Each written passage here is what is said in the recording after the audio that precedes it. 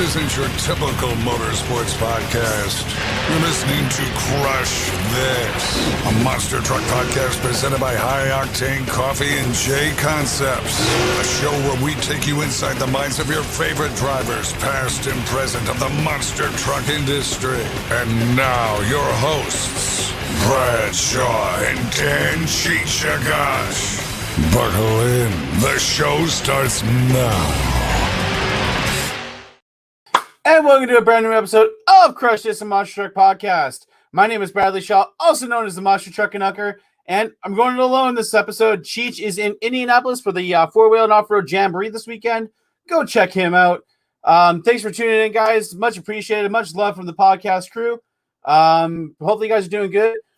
We are brought to you tonight by High Octane Coffee, Joy Sylvester, J Concepts, Nick Davis with Back Channel Productions, 6B Apparel, Marty Garza's book, Monster Truck Technology, JB Scale Graphics, and myself, Bradley Shaw Designs. Hopefully you guys are having a great day today. Lots of cool stuff in the monster truck world that's coming up right now. Like I said, four-wheel jamboree. Always check out the Renegade Monster Truck Tour. And, our guest tonight is on that Renegade Monster Truck Tour, does a lot of stuff with Zane Ratu. One heck of a guy. I got to talk to him a little bit before the episode, and I'm excited about this one. So we're going to get right into it. We're just going to play a little, 30-second video for Bradley Shaw Designs. We'll get into it, guys. So stay tuned. If you're looking for quality designs, look no further than Bradley Shaw Designs. Bradley Shaw Designs can design anything from wraps, banners, posters, promotional items, and more. Bradley Shaw Designs is the exclusive digital graphics partner of the Renegade Monster Truck Tour and Ratu Motorsports. If you're looking for more information, please check out www.bradleyshawdesigns.com.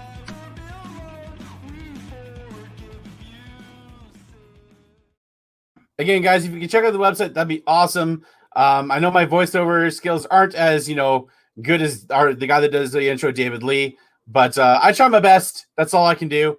So our guest on this episode is none other than Mr. Cory Snyder of the Toxic Monster Truck. Cory, how's it going, buddy? I'm doing good, man. How about you? Not too bad. A little bit warmer out today here in Canada, but hey, hopefully the weather is going to be good. What is it? October 24th, and I'm down there for the Lincoln Speedway show, and I actually get to meet you in person, so I'm excited about that. Yeah, no, it's the Renegade Tour has been awesome this year. Again, it's kind of just it's growing its first round for hopefully many more seasons to come with Zane and his whole tour, and it's been awesome so far. It's been great crowds, and the shows have been really fun, really well put together. Zane has a good group of people around him and surrounds himself with that. So we're just having fun so far and trying to salvage what we can for the rest of this year. And it's just going to be just trying to have some fun. And I think that's the most important thing with the monster truck industry. I know today Monster Jam announced that they're going to be in AT&T Stadium the same weekend that I'm going to be down there in the States with y'all. But, that's one thing, I feel with Monster Jam being shut down for as long as it has, the independent teams like yourself, like Zane, and the independent promoters like Renegade, Monster Truck Throwdown, Checkerfly Productions with Ed Beckley, everybody's been able to thrive still in, these last couple months that shows have been going on again.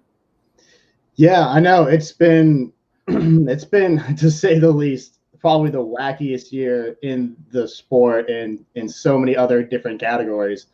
Like what you said, with kind of this absence of Monster Jam, the independent promoters that have actually been able to get a hold of shows and put shows on have been ones that have honestly been more special than usually in past years because of the situation. We just want to be able to perform, and every show we do be able to perform, and we want to really give it our best. And who knows? I mean, like we're booked. When we first started doing like actual getting back into the swing of things, everything on the schedule was just going to be like, okay, well, hopefully it's going to happen, and hopefully, the shows we have lined up aren't going to just magically disappear, like what everything happened in the early part of the year. But so far, everything has been holding still, and there's been just great fans that come out to see these shows, and we're just kind of just keep riding this magic.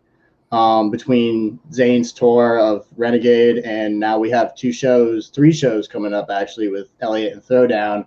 Always a fun group of people to be with. It's just we're just going to keep this ball rolling as our team, as a little privateer team, and see what we can kind of make for 2021. So let's start at the beginning. That's what we like to do with our episodes and on our guests. We like to go from the start. And I know your family's been involved in monster trucks for many years.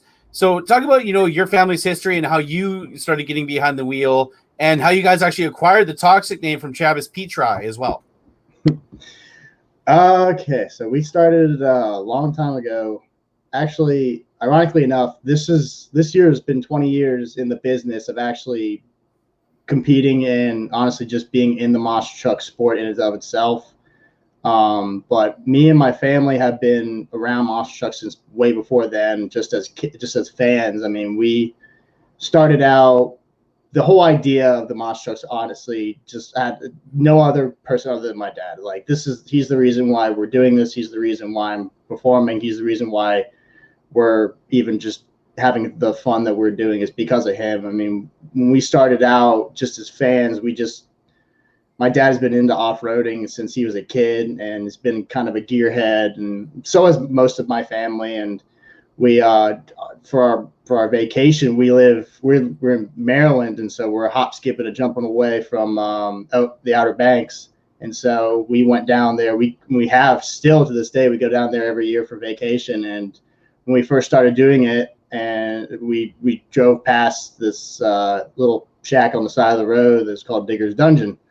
And we drove past it enough times, and we stopped there as we were when me and my sister were kids, and kind of just kind of took all into it. And my dad definitely wanted to take it up a notch, and I could see the gears turning in his head. He's just like, I really wanted to do something and be a part of this. And we got our first truck in 2000, 20 years ago. It was an old steel body monster truck called the Undertaker. If I remember correctly, it was owned by Robert Moore from California, I think. But we acquired that first truck from him, and he came out from California all the way to Maryland and performed at the Montgomery County Fairgrounds in Gaithersburg, which is where we still have shows 20 years later. And perform there every year at our local fair. So that's kind of where we started. And my dad crushed his first set of cars there when we were all just a bunch of little kids.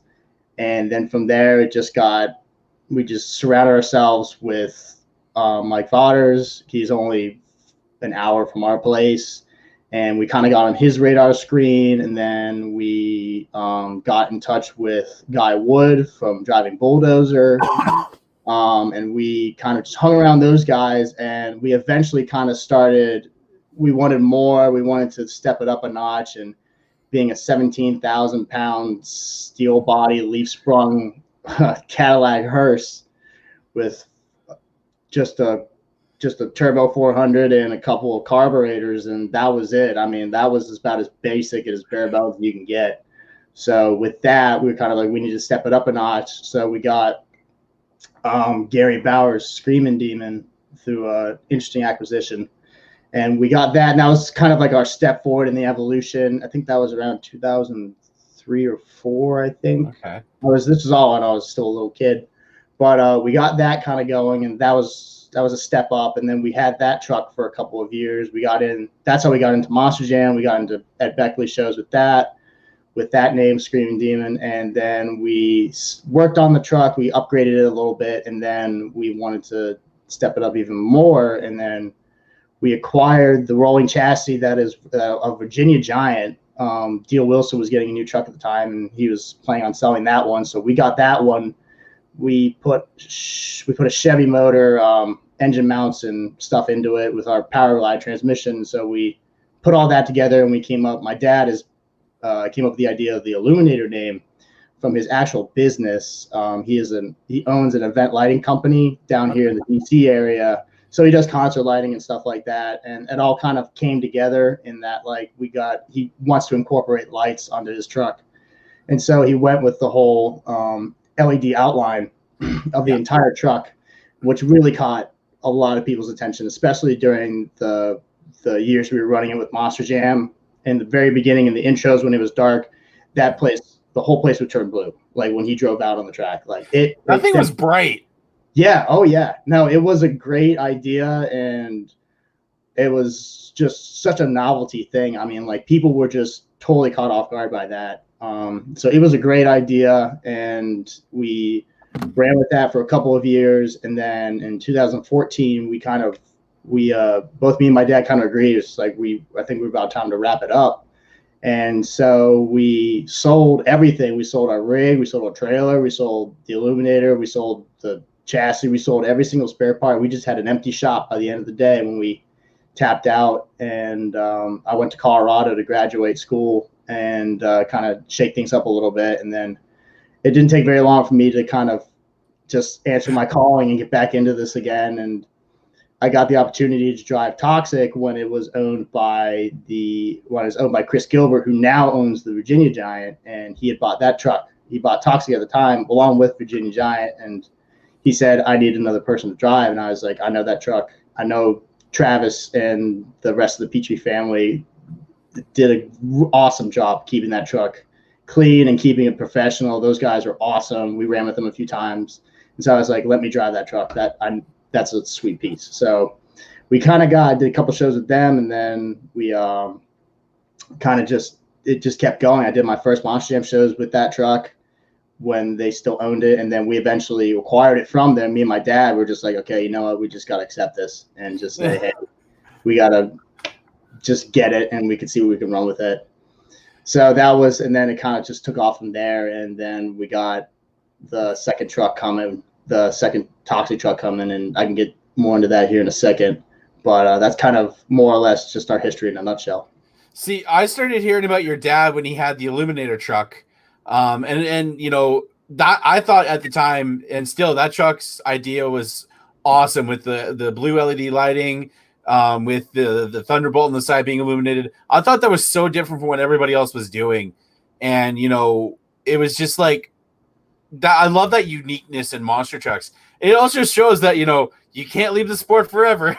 I know. You guys miss the itch of that smell of the methanol and having, you know, 1,400 horsepower, you know, sitting behind you, rumbling, and, you know, just unstoppable force. And, you know, talk about, you know, the Toxic name and keeping that, you know, still going, because, you know, that truck, even when it came, you know, first came out with Travis, I thought that truck looked awesome. As a graphic designer myself, I love, you know, stuff like crazy, wild designs like that, you know. And did you guys want to, you know, at one point, were you guys like, we're going to keep the name, or are we going to change the name when you guys first got the truck? We knew that the truck had such a good kind of draw from the fans that we were just like, we're not gonna change it. We're not gonna toss it to the side. We're not gonna really change anything about it, because people love it, and there's so many new fans that come to each show that we're just like, why change it? I mean, it draws to so many people, and the merchandise on it is great. People love it, and it's something that we really didn't want to change. I mean, the only thing that's changing with this new truck on the design is just a newer body, but we're keeping the same design. We're keeping the same kind of scheme that came with it. And honestly, it's like, it's too good of a thing to change. And so why change it? We have a special guest, Mr. Zane Ratu. Well, hey, Zane. Hey, what's up, guys? How are you? Not bad. I kind of planned this as to just kind of surprise you, Cory, since you guys have been running together quite a bit. Dude, you know, I got to the shop 30 minutes after you left. What's that? Oh, you went down to the metal shop today. Yeah, about 30 minutes after you left. Hey, so do you fit in your truck, or does the seat mount need moved? I was thinking about you all day. I think when I sat in the truck, I had Ryan get in it, and he wanted to lower me down in about an inch or so. So he's making another seat mount for it. Good, but I think I want to take your seat mount then. And he said the same words. Yes. So I think you might be having that seat mount. So let's talk about that. Let's talk about that, Zane. You're getting the metal shop chassis, And how excited are you for that? I mean, we've built 6. This is going to be Stinger number 7. I don't know. Every one we build gets a little bit less exciting and sort of redundant. But you know what? Rick and Ryan, I've been friends with them for a long, long time. I think when I met Ryan and Cory around the same time, it would have been about 2004 at the Salisbury Civic Center. How old were you at the time, Cory? I was like 17. I was in elementary school, so that gives you that's a walk down memory lane. I'm not just saying it. I have told Jay this. Over COVID break, we've all done a lot of thinking, a lot of reminiscing, a lot of thinking about where we want to be, and who we want to surround ourselves with. And I have told Cory this. I have told Jay this numerous times to their face. I've told Rick this. The Snyder family and Disherin family are literally two of the most respectful, intelligent, soft-spoken people you could ever meet in your life. And the amount of class and effort that all of the Snyders and Disherins have, I would love to mimic that with our team. You guys are always second to none.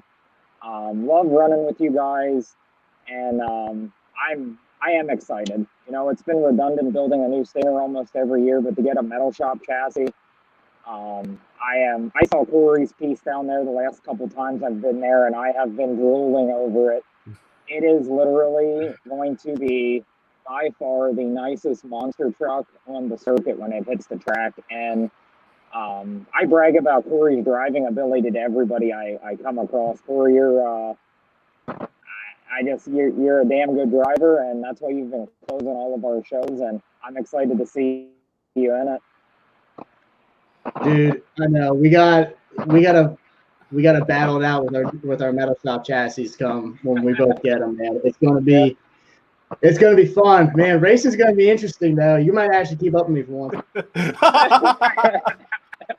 Well, I'm excited to see you guys battle it out at Lincoln Speedway myself, and the competition between you guys, and with the Renegade Tour, and talk about Zane quickly, just how everything's been with the Renegade Tour. I want to quickly ask you about that. I don't want to steal the spotlight. It isn't about me or the Renegade Monster Truck Tour. Tonight's been about Cory. But we're honored to have him. But this isn't just me. I guess we're the ones that sort of coughed up the money to come play. But the crew of 15 to 20 guys that are keeping these shows moving and advertising them and running the front ticket gate and keeping the show running. Come show day, I'm just a driver. Cory knows better than anybody. I don't even get a say in what goes on at these shows most of the time. They just tell me to shut up and drive. But it has definitely become a huge family, and I'm not sure if it's just we have a good group of people with us, or I think we all had a reality check this winter, and I guess we're not all as indestructible as we all thought we were. So to touch base on what Cory said earlier, I think we're all just very blessed and fortunate to be out, doing shows regardless of who they're with. And I think pretty well everybody had a reality check this winter. And I definitely find myself being way more graceful and way more thankful for the fans that are coming out to support us. And there was a time March through probably May or June. I'm not scared to admit I didn't know if our 10 years, 12 years of hard work was gonna get thrown away or not. I saw everything slipping down the drain. So we literally rolled the dice and started the ball rolling to save this team, and thankfully it paid off, and we took some of our good friends along for the ride. Hopefully everybody's making money, and most importantly, we're all out having fun on what started to be a pretty shitty year. Oh man, no kidding. Again, I'm just thankful to be able to keep driving, and our team relationship between us and you guys are just, it's run so, the roots are so deep that we know that we can click, and we know that we can be part of your well-oiled machine, and you've proven that this last couple of weeks. And man, we still got a couple more events to go, so I'm not expecting anything less than what you've been doing performance-wise. So Brad, I can't wait. I don't know. I know we talk almost every day, but I am so glad we decided to fly your Canadian ass down to Lincoln Dude, Speedway. It's exactly. going to be awesome. I can't wait to meet you. You have absolutely positively been a huge part of why our team has thrived and looks as good as we do. So can't thank you enough. And we got some special treats in store for you down here once you make it down here. So don't leave us hanging. You better show up. Oh, I'm gonna show up, and like I said in a text last night, if you hear a truck fire up, it's not my fault. All right, I'm actually Lindsay and I are one of those people that we were actually going to make ourselves enjoy our weekend off. The Renegade Tour is off this weekend. We were supposed to be off anyway, and then I was sort of thinking about heading over to New Jersey to check out the Throwdown show. But Lindsay and I have about, what do we have, like 1,300 miles left. We literally just found a brand new Mack truck that we've been looking for in Omaha, Nebraska. It is the first brand new tractor we have ever had. We're just tired of having semi problems, so we're buying a good tractor with a good warranty. Lindsay and I left about an hour and a half ago, and we got to be in Omaha, Nebraska by noon tomorrow to sign papers on our new tractor, and then we're going to turn around and head home. So and I heard that trailer might have a sick design on it. Oh, I don't know if he ever gets off his ass and gets the design over to me. Well, safe travel, Zane. Stay safe, and I'll be hopefully sending you something tonight, man. Yep, good luck, guys. Good luck this weekend, Cory. Kick some ass. Yeah, buddy. I'll see you soon. All right, see you, Zane. Later, dude. Yeah, I kind of wanted to do that, kind of little surprise you there, because you guys have been running together. So let's talk about your new chassis. That's something that is really exciting for you, and having a chassis from those guys in the metal shop, that is something awesome for you. I think you're probably super excited about that. Oh, dude, I'm stoked. Again, this is a dream come true. I mean, the current Toxic right now is just awesome. I mean, like, I can't say enough about it. It's just been such a sweet piece, and I think it's 10 years old now. I think it was the first Gen 3 Patrick chassis that Dan made. But I don't know. I'm not quite sure if that's true or not. But I know it's 10 years old. So for a 10-year-old truck and how it's been treated through when the Petrie's owned it, when Chris had it, and when we had it, we just try to keep that tradition going of being a solid running truck and just a kind of like an underdog almost. Like, you wouldn't expect the way that we do our operation to kind of creep up even in the competition setting. But that truck is awesome. I got nothing bad to say about it. But man, I mean, this new truck is going to take it up another notch. Like, that's putting it mildly. I mean, it's crazy what we did not hold back on what we're going to do with this new truck. I mean, the best parts and pieces, I mean, money can ask for. Like, we always kind of believe in doing all of our eggs in one basket, put all of our effort into one truck, and just kind of, that's what makes it fun. I mean, we really are just going to go head first into one serious truck, one serious operation, and not spread ourselves too thin, because that's just really just me and my dad. But to get back to the new truck, those guys in the metal shop are just hands down like the most professional operation like in the mosh truck business right now.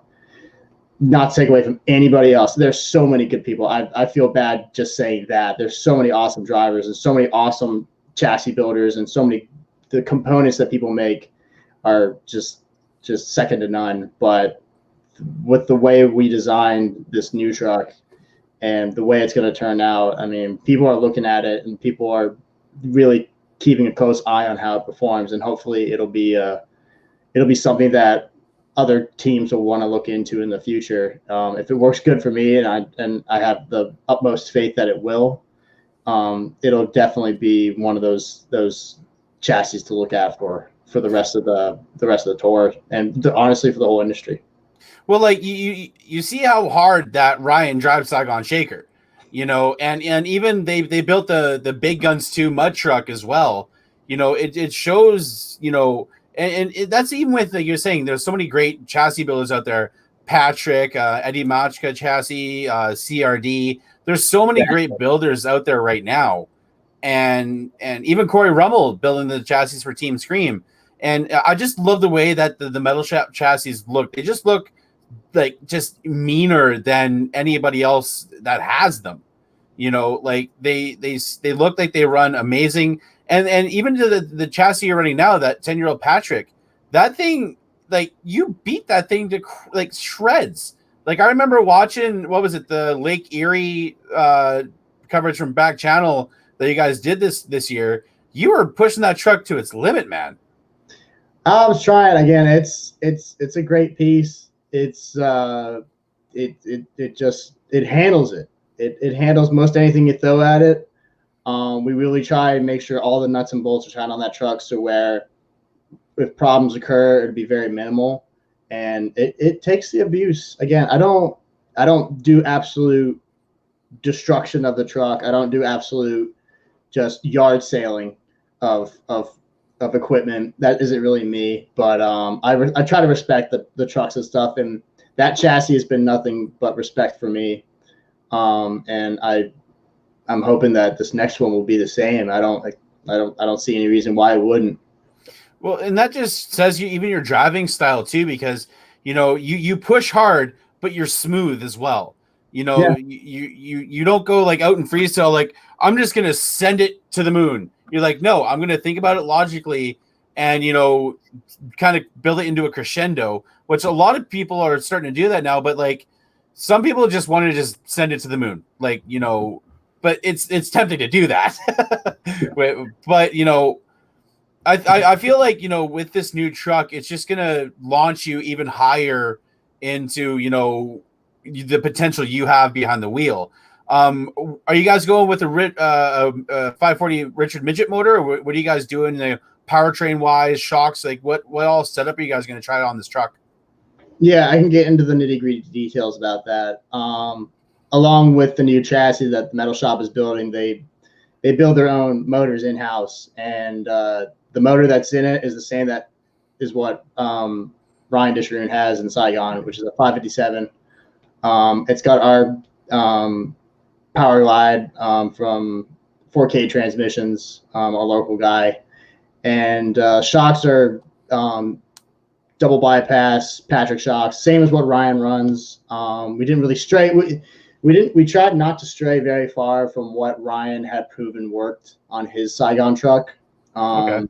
If there's systems and ways that he did it that worked out great, then why try and reinvent the wheel? And the only thing really different from ours to his, they're more or less just sister chassis. The frame rail down is about the same. The upper half obviously is different because we have a Super Duty body and he has his Jeep Willys body, I think. Much smaller cab, much smaller cage, but the rest of it down below is about the same. The only real major powertrain difference would be the housings. The housings are wider on ours. We run 45-inch housings, and I think they run the 40-inch housing, which is the majority of what most Monster Jam trucks run, is 40-inch housings. Other than that, we really try to keep it pretty the same as what everybody else. We have, but we didn't spare, like I said earlier, we're not going to spare any expense on components, CRD knuckles, CRD champagnes, Overson spindles, Overson axles. Like, this thing is going to be I'm going to have to figure out where the weak link is. But right now it's pretty stout. So I feel that's just a challenge I got to try and do. I feel you're going to find that fast. So we'll see. What's going to happen with the old chassis? Are you guys going to put that up for sale? What are you guys going to do? Like, I know you said, you guys are just going to focus on the one truck. Are you guys going to still, try to do something with it, or are you guys going to just kind of sell it? Well, that answer changes day by day. It's kind of weird to say that our plan of 2020 isn't actually the plan that it was supposed to be. Obviously, it's crazy in that, like, we were I think the plan originally was to have the new truck done for June, and we had 3 stadiums lined up. I had never done stadiums before, and the first stadium out on the tour in June would have been in my backyard in Landover, Maryland. And that would have been like that would have been the peak of my career, at least as of to this point, is being able to perform there. And then we had East Rutherford, I think we had Buffalo or something like that last, but everything went out the door. And we had to push back the truck debuting because of some financial situations that we had to deal with. So because of that, and because of that situation that we still are kind of dealing with right now, we don't really know what our plan is for the second truck. We don't know whether or not we're going to keep it, we're going to sell it, or just kind of keep it as a backup. A lot of things are up in the air right now, and it's seriously, it's month to month, week to week, day by day as to what our future is going to be with that second truck. I really don't even want to put any ideas in anybody's heads about what we're going to try and do. So honestly, just stay in touch, and I'll keep the world posted. Well, that was kind of a question from Lee Plato, asking kind of about that. How far along is the new truck? Is it, getting close to be finished? Because from what the pictures I see, it's getting closer and closer every day. When are you guys kind of wanting to debut it? What's kind of the plan that way? I'm sorry, drink went down the wrong tube. So as of now, I think we're about 2 to 3 weeks away. Again, we're not really rushing it. If we didn't have a truck already that we're doing with these shows already, then I'd be like, we'd probably be pushing it a little more to get a sooner date. But I'm assuming, based on how it's going right now, we'll have it done probably in the early to middle part of October. Is when we're going to try and get it done. And we still got to test it. We still got to work some stuff out. I think as of right now, the big idea is that we'll let it all go crazy in 2021. My expectation, my dad has a more realistic expectation of when it's going to be done. And he's just he pretty much just says, just like, if we get it done before the end of this year, that'd be great. But anything earlier than that would be an absolute surprise and would be awesome. So I think I'm predicting it'll be done in the next couple of weeks, but who knows for sure. Again, it's just the way the wind blows. Well, it'd probably be, in my head, getting the truck early so you guys can test it out, do any changes you guys need to do, get it dialed in before 2021, and you guys just go flat out with it. We were talking earlier before the podcast, and talk about how it's been being an independent team in this whole COVID kind of situation that we're in. It's I remember I was talking to Dan, when COVID hit, and they were heading up to Vancouver, British Columbia, to do a show, and all of a sudden had to get turned right around. They were almost at the border. It's been such a weird time in the monster truck industry. And, from your perspective, how's everything been? Because, it's such a weird time for everybody. I think we're better off. We're much better off between me, my dad, and my family. We're much better off now than we were back in March. Again, it's crazy. You could talk to so many different people about what happened. Mostly, and it all happened at the same time. It all happened in the middle of March. People were on the road. People were on tour. Like, it's just another year. And then all of a sudden, just like a magic trick, boom, poof, gone. Like, people, like Dan was saying, he was on the road. I was talking with Stephen Thompson. He was on the road with their tour. I was talking with Ryan Disharoon earlier. They were on the same tour. They're on the road getting ready to go to Albuquerque or Seattle or something, and they all of a sudden they all got the email same time. Just everything's pulled, gone. And we were going to do a show. We did a show the first week of March in Harrisburg, Pennsylvania, for Steve Curcio, I think. And at that show, I knew it wasn't going to be the same. I was like, I had a feeling in that show, I was just like, something isn't right. And I think things are going to change. And lo and behold, like a week later, boom, like the whole world fell apart.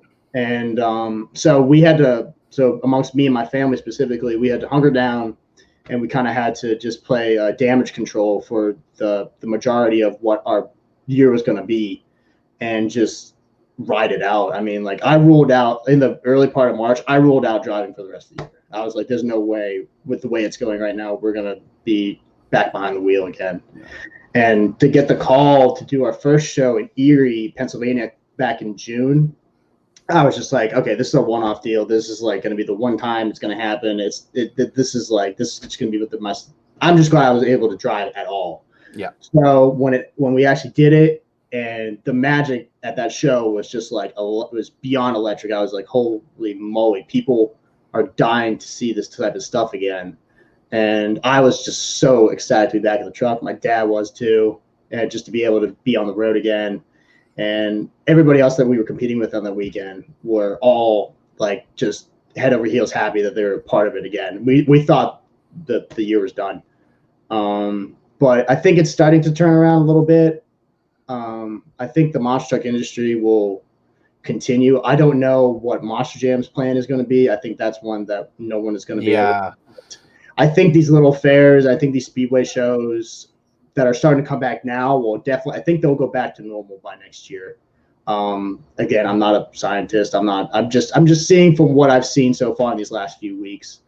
But who knows? I mean, it's take what you had for 2021 and throw it out the window. Yeah. It's interesting because, like, I know for myself, I was supposed to go to 2 shows here in Alberta. I was supposed to go to a show in Red Deer that Chris Sorrell was going to put on. And then I was supposed to go to a show last month that Ellie Miller does at Castro Speedway in Edmonton. That all got shut down, and, that's why I'm thankful for Zane and you guys with the Renegade Tour. And you're part of that crew, and for, I'm excited for that because I thought, I wasn't going to be able to see any shows this year being a monster truck fan in Canada. And I feel bad for like some of the Canadian teams, guys like the Crude Behavior team, Roughneck, Jason Court, and Jared Vogel there, they're from here in Alberta and they have nothing, they're their main show of the year. They do a lot of stuff in BC at some of the speedways there. And even with Elliott, I feel bad for guys like that, especially here, because it's like, what else are they supposed to do? And like, I remember like I work at a bottle depot here and I got, temporarily laid off for a month and a half because of COVID, so I couldn't imagine what everybody like you guys are going through in the industry. And even with Monster Jam, we talked to Dustin Brown, kind of, about, some stuff, what was happening. And it's just like, it's so uncertain, with how like everything. And, Monster Jam announcing that they're going to be doing a stadium show again. It's an interesting thing because like everybody knows that first quarter running for Monster Jam is, the bread and butter for a lot of teams, for yourself, for Zane, for so many teams. And it's unknown what's happening even for first quarter in 2021. So it's like, what, like, is somebody else going to step up? Like, it's such an uncertain time. Yeah, I know. And it's crazy. That's all I can really say is that it's crazy. Like people's reputations and people's livelihoods for 10, 20, 30 plus years. I mean, the longtime veterans and the people that are just getting started, their whole plans got completely uprooted. And again, because there's no crystal ball to see what the future holds, people are so skeptical right now. And I know that there's people definitely that were on the fence that they were about to wrap up their time in this industry that are definitely like walking towards that door. But I don't see us being in that boat as of now, but who knows? I know there's so many teams out there that got hurt that are just like, all right, we have to completely 180 our plan and we have to get normal jobs, or we have to just hibernate and make sure that we're going to be okay financially and health wise too. It's I think we're starting to see a little bit of a light at the end of the tunnel, but I don't know for sure. I'm just hoping so. And everybody's just trying to stay positive and optimistic, and doing these shows for Zane and everybody, at least on our side of the things, was definitely perked up our family about what the future holds. And that, That's the thing that I was excited about, that it gives a chance for the independent teams and the promoters, that are booking the independent teams to shine. Like saying, like Elliot with Monster Truck Throwdown, they're doing shows again. Even the MAP Motorsports guys, they're doing Miami, Oklahoma this weekend. And that's a big show. Yeah. And they were doing Springfield and the Jamborees. It's an exciting, it's an uncertain, but it's also an exciting time for the independents, because for so long, and I love Monster Jam. Like I'm not anti Monster Jam. I'm not anti anybody, but it's nice to see the independents and the independent promoters getting a shot now to do bigger things. And it just shows that maybe a momentum shift is changing. But once Monster Jam starts doing shows again, it might be something that people are going to be excited about as well when the time comes for that. Exactly. Again, that's the glass half full kind of mentality that I kind of like to surround myself with, is the fact that there might be more. This might actually be as terrible as it might seem as of this like moment, and has been the last couple of months. It might actually be a good thing for our industry, and just how we're just like the independents are, promoter wise, team wise, might have more opportunities that weren't there before. And just in kind of some strange arrangement of how events work, that it might happen to be that way. We'll see. Again, as I like a couple of the shows that I really was looking forward to this year, that I'm hoping that I'm saving, that I've like told my dad, I was like, no, we're doing these shows next year, no matter what. If they're on, we're doing them. Like I don't care if my sister's getting married on that weekend. We're doing these shows because we missed out. Like Virginia Beach, Charlotte. There's a couple back at Lake Erie. There's a couple other ones on my bucket list that I really want to do. And with this new truck coming, that's definitely going to want to push it harder to kind of make those happen. But it's crazy, just to say the least. Speaking of those kind of bucket list shows, and you mentioned, Virginia Beach, Charlotte. Charlotte's an event that, I love to watch like for years on TMB. And, that track is a driver's track. You got to man up on a track like that, especially with the underovers and stuff like that. And,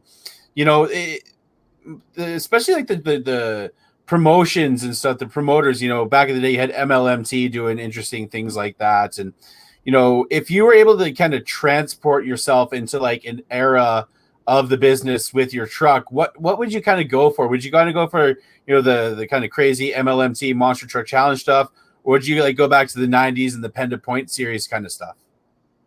That's a tough one. I mean, I love both. I love being able, I've been doing pretty good lately with the straight line racing.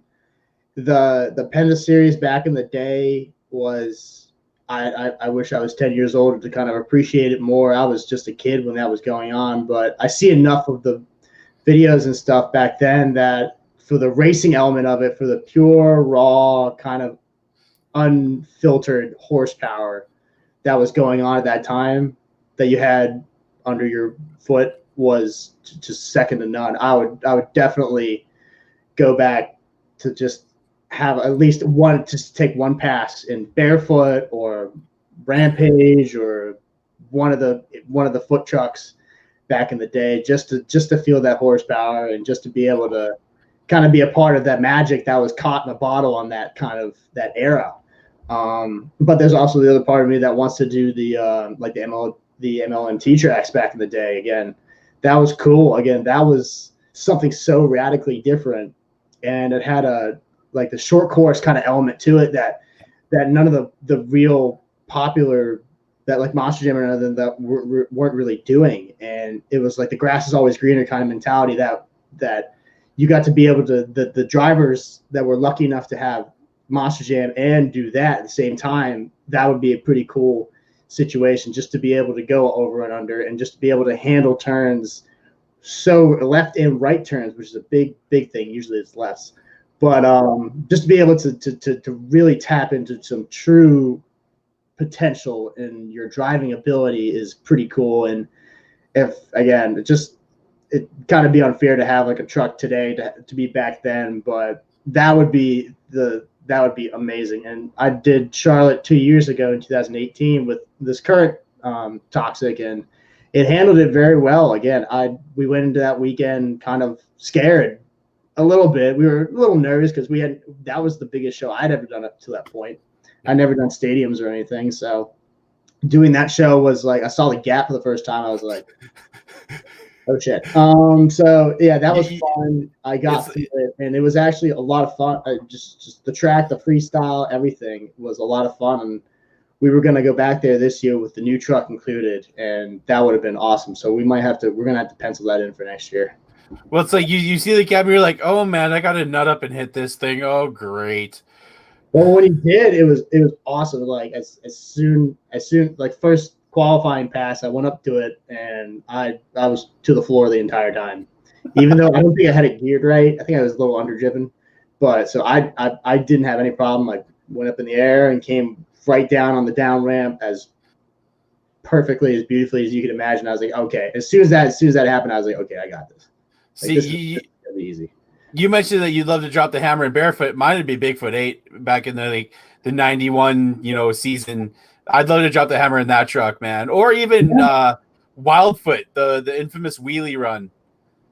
Yeah, I know. Those are the days where it was the unique thing about you. It wasn't like what it is today, where everything's kind of universal, everything's kind of cookie cutter-ish.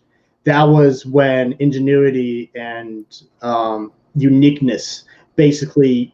It honestly got you the win. I mean, like it was about the power. It was about untapped, just raw horsepower, just getting to the finish line first. Again, it wasn't about freestyle. It wasn't about two-wheel skills. It was just about racing. And honestly, you had so much fun doing those races and how chaotic some of them were, like the wheelie run. And I think it was the Rampage that the crazy sidewall saved. Like that. Yep. That in and of itself, you were just watching that was freestyle. Like that was just how competitive it was and how people were just trying to get that edge. And it was so cool just to see like just anything from being a little kid, seeing that on TV. That was cool. Yeah. Like I wish we could capture today. I grew up in that era. Like I'm, turning 30 years old in a few months, and I grew up in that era. I remember watching that, Trucks and Tractor Power and American Sports Cavalcade, and like, you had guys like Fred Schaefer running a Lenco, running a clutch in his truck, and you had Fred Schaefer, you had Ken Deppy, Andy Brass, Gene Patterson, Gary Porter, who's they're talking with on Scott Douglas's Twitch channel. So I'll be checking that out after we're done here. Yeah, but absolutely. That's like for me my favorite era of monster trucks in a nutshell. It's just like that's what I remembered. I remember watching the world record run by Fred Schaefer in barefoot. And just how epic everything was in that time period. And if I was able to line up against somebody, it'd be probably Andy Brass. That guy, for how small he was in that truck, he was like bigger than the whole truck. Absolutely, man. You got to be one with your machine, and especially like what he had back in the day. He was the poster child. He was the one to beat. Everything had to be set up perfectly to put on the runs that he did, and he did. It's crazy. It's ridiculous. To say that, there's still plenty of good shows that go on. We're with what we're doing with this Renegade Tour. Again, we're having some. We're doing straight line races that are coming down to the wire. Just some of the video that Nick's gonna put out with that channel and how close some of those races were between me and Zane and Cliff Vowell from Virginia Giant. He gave me a run for my money multiple times, and it's like the racing was great. It was neck and neck, photo finish almost every time. It's been fun. Like that kind of energy, that kind of like that energy of the race is what I kind of see in those old school days. Just trying to capture that lightning in a bottle. And there's nothing wrong with today's modern monster truck stuff. Like it's impressive what's been able to happen within the last 5 years. Like, the bicycles, the moonwalks and everything like that. Like one guy that, I still watch to this day and I'm like, how does he do everything is Tyler Menninga. like that kid, like he's defying gravity. It's ridiculous. Yeah. And like, what do you think of all like the the 2-wheel moves and stuff like that? Have you probably tried a moonwalk or a stoppie and stuff like that? Like, what do you think of all that? So coming from, I did 2 years in triple threat, driving Rottweiler with Matt Cody. When I got thrown into it, I just didn't. I had just come back. I just started driving Toxic for Gilbert. I literally got done driving for Toxic and Gilbert, and then I went over to driving Rottweiler with Matt, and I got thrown into the wolves with that. In terms of trial by fire, just like I had no experience in this truck. I had no experience on ATVs. I had no experience on speed, and I got thrown into that mix. And I was just like, okay, well, this is how it's gonna have to be. So with the 2-wheel skills and everything,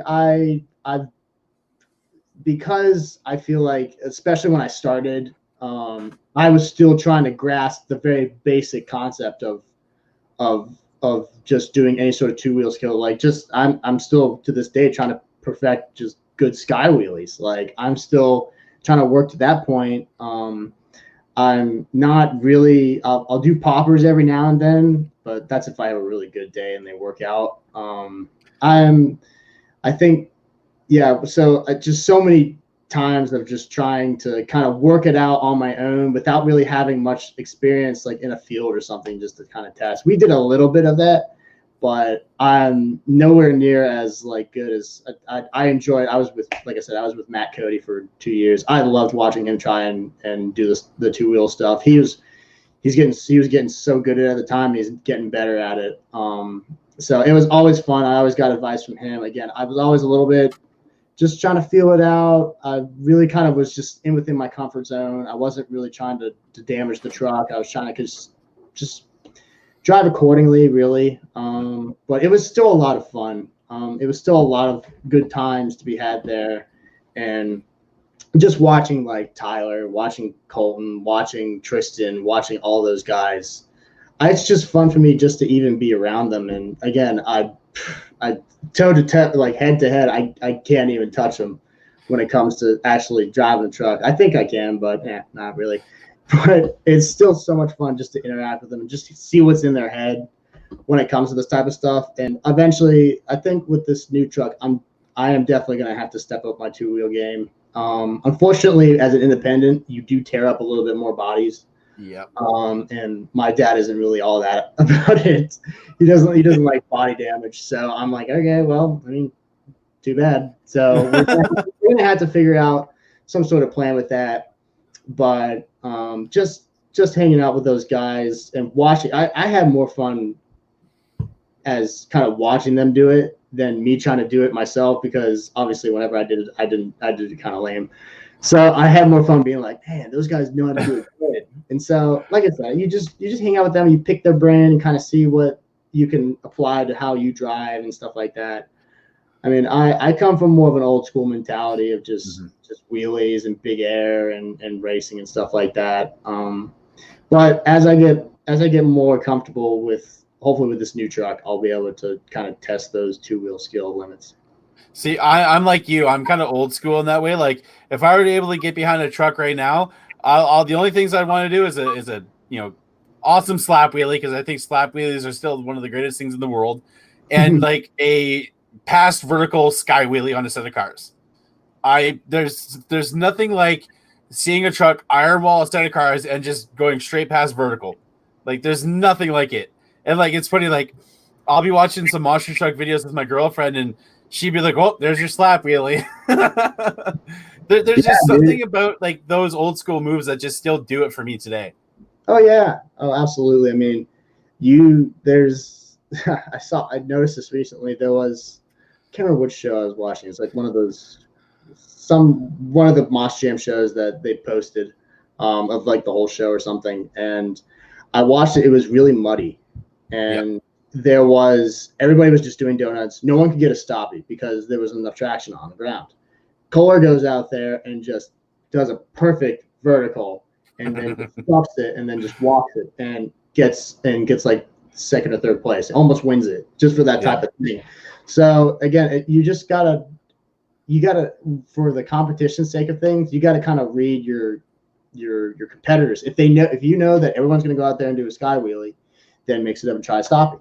If you know everyone's gonna try a stoppie, do a sky wheelie, do a slap wheelie, kind of mix it up, because that way you might have a better chance of winning, at least in the competition's sake, and just get more crowd attention if you stand out from the pack. My girlfriend just commented, of course he said a slap wheelie. I still think like one of my all-time favorite moves, Atlanta 2000, Dennis Anderson, Gravedigger 7, power wheelie. Enough said. Yeah, I know. I think with the way trucks are nowadays, I mean, I was talking with Ryan today, and I asked him, we kind of talked about weight differences, and my chassis, the one we got coming up is at least 12, almost 13,000 pounds. There's no way we can do a power wheelie, even with the amount of horsepower we have. Just trucks are getting so heavy nowadays that like GD number 7, which is honestly the Gravedigger that I grew up with and I love the most. And just the power to weight ratio was just in your favor back then, because all the trucks were so much lighter because you were just trying to get so much more speed. Yeah. And you had big horsepower that was kind of unrestrained. And you had that perfect combination of just dragging the rear end across the floor just on its own. And that, if I see a truck today do that, I'd go nuts. Like that to me that's cool. Okay, I want to quickly ask this, because this is always on my brain, and this kind of comes like in a way, kind of like a technical side almost.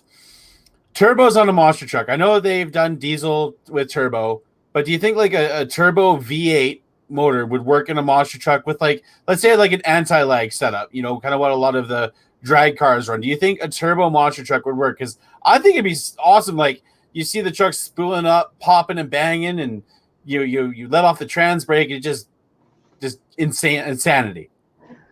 I've definitely had that thought before, and I've definitely spitballed it with a couple of other people, just in the hypothetical sense. You got to kind of think about like if more or less, if you want to do it just for a novelty sake, like not for really much like practicality, because with a supercharger you have power all the time. You don't really need to go to a turbo setup. You have it's just like your power is there. It's blower. It's connected to a belt on your crankshaft, so you have power all the time. But for the novelty sake of a turbo, I think it could work, especially with the new technology, with the anti-lag and stuff like that. Not having to wait to spool up, because that's the problem with what monster trucks are, is that you need power right there and then, and you can't. I think we've proven a little bit more, like what you said with the diesels, and how like Brodez was doing, for example. Like they spend a lot of R&D time just trying to work out that kind of good combination of spooling up and not having to wait too long. I think for like an alcohol-driven V8 twin turbo setup, I would not be surprised if anybody does it, or if anybody's in development of doing it. I would love to see it. I've seen it work on like sand trucks, and obviously like drag racing and other sorts of motorsports, and just stuff people do in the backyard. I think it'd be cool. I would love to see it. I personally don't. I'm personally not going to be able to do it. I would love just to see what people have out there and see what people can do. I just think it'd be insane. Like, all of a sudden you see a truck pull, so then all of a sudden, like, what's going on? Why is it like popping and banging, and like it's just insane? But it's time to get down to the nitty gritty. Sometimes, yeah. Time to get down to the nitty gritty. Time to you've seen the show before, so I don't know if you know what questions are coming up. So Cheech isn't here, so I don't know what the tallies are going to be, but everybody knows what the questions are going to happen. Go for it. What's your favorite kind of pie? Pumpkin. Yep. Which it's almost time for pumpkin pie here in Canada. Our Thanksgiving's coming up fast. Yeah, I know. I usually, it's about Thanksgiving time, I'll just go crazy with pumpkin pie. I love it. Are you a fan of eggnog? Yes or no? Spiked. So eggnog, yeah, I can dig that. So you'd rather have it spiked, but not just by itself. Not by itself. No, it's got to have a little bit of fire to it. Okay, so it's kind of half and half question. So, Norman Brothers, you kind of win this one. And yes, I will say how Cheech would normally say it. I am drinking a gallon of eggnog beginning of December. Ooh. It's going to end badly, but I lost a bet. My beloved Edmonton Oilers lost against the Chicago Blackhawks in the play-in. So, yeah. Well, guess what? I'm a Caps fan, so you enjoy that. I thought Edmonton had it this year, man. During the regular season, when it was still going, we were doing pretty good, but just something happened with our team. They just lost the fire, man. I don't know, dude. The Caps were the same way. I mean, it's just going into the bubble or something. I don't know what it was. It's just bad juju. I don't know. And bad juju. Our team is getting old, and everybody's. I don't know. I don't know how long Ovechkin's going to be in it for, and stuff like that. So we'll see. But I'll drink one for you for your Oilers. Nick Davis just put, that's wrong. No nog for Shaw. Yes, no nog for Shaw. But Cory, thank you for coming on today, man. It's awesome to have you on. And like I said earlier, I cannot wait to meet you guys at the Lincoln Speedway show. I don't know exactly what town it is. I've never been out that far ever. I've only been to Tennessee and California and North Carolina on accident because going through the Smoky Mountains in Tennessee, we drove into North Carolina. Yeah, it happens. But no, I'm excited, man. It's going to be a blast. And, Zane hinted to surprises, which now my brain's kind of wondering what is he going to do? Because, with that guy, you never know what he's going to do.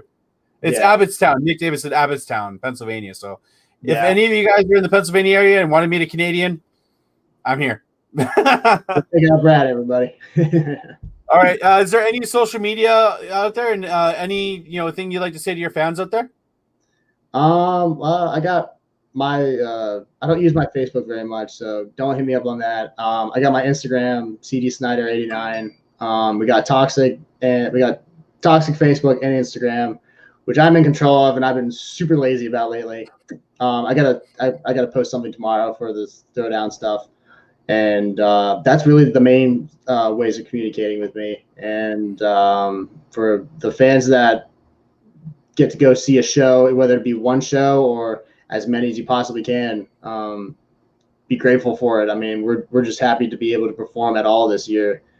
It's been crazy. Everybody's had a rough year, and we still got a couple more months to go. But if you do go to a show, just buy some T-shirts, buy some food, support the vendors. Everybody needs it. I know everyone's tight on money this year, but a little bit goes a long way for everybody.